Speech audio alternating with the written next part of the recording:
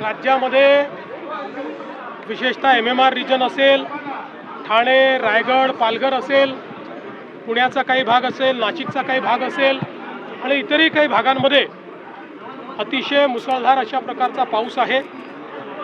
कालपासनं आपण वेगवेगळे अलर्ट दिलेले आहेत। विशेषतः या भागामध्ये 6 तारखेपर्यंत सातत्याने अतिशय मुसळधार पाऊस असेल, वादळं देखील येतील, ॲव्हरेजच्या पेक्षा कितीतरी जास्त पाऊस होईल अशा प्रकारची जी काही अलर्ट्स आहेत हे अलर्ट्स आपण देतो। त्या भागातल्या नागरिकांना देखील आपण सातत्याने दर 3 तासांनी SMS देखील पाठवतो, वेगवेगळ्या प्रकारचे अलर्ट्स देखील आपण देतो आहोत।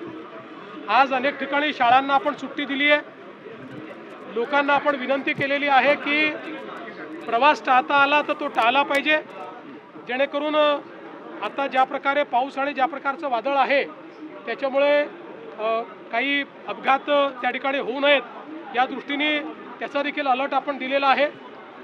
NDRF, SDRF आणि आपत्ती व्यवस्थापन कक्ष प्रत्येक गोष्टीवर नजर ठेवून आहे।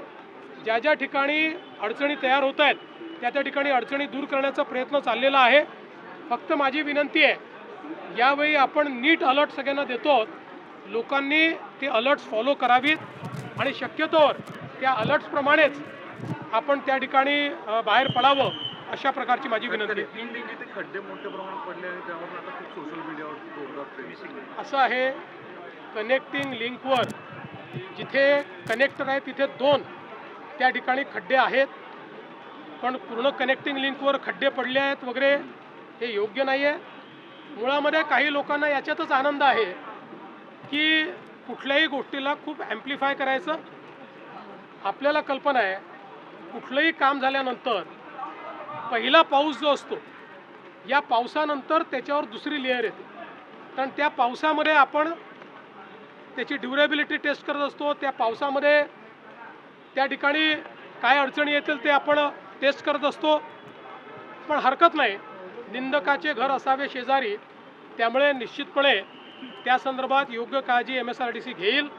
आणि पुन्हा एकदा सांगतो, दरवेळेस तेच त्या गोष्टी सांगाव्या लागतात। नवीन उड्डाण पूल केला की त्या ठिकाणी मास्टिक एस्फाल्ट आपण जेव्हा टाकतो ते सुरुवातीला जमाच होतं, त्याच्यानंतर मग ते त्या ठिकाणी योग्य पद्धतीनं चालतं। अनेक ठिकाणी आपल्याला केलेलं काम जे आहे ते सेटल करावं लागतं। या इंजिनिअरिंग गोष्टी आहेत, तथापि निश्चितपणे जर हे लक्षात आणून दिलेलं आहे तर त्याच्याकडे लक्ष दिलं जाईल। कुठे जर काही कमतरता असतील तर त्या कमतरता दूर करता येतील। पण देशातला सर्वात उंच पूल, देशातले सर्वात रुंद बोगदे, देशामध्ये डॅमच्या खाली बोगदा हे पहिल्यांदा आपण करून दाखवलेलं आहे। त्यामुळे निवड टीका करणं हे टीकाकारांनी लक्षात घेतलं पाहिजे। त्या इंजिनियर्स ज्यांनी हे काम केलेलं आहे त्यांनाही धन्यवाद दिले पाहिजे। तथापि जे काही या ठिकाणी सोशल मीडियावर त्यांनी मांडलेलं आहे, काही रेक्टिफाय करायचं असेल तर रेक्टिफाय केलं जाईल।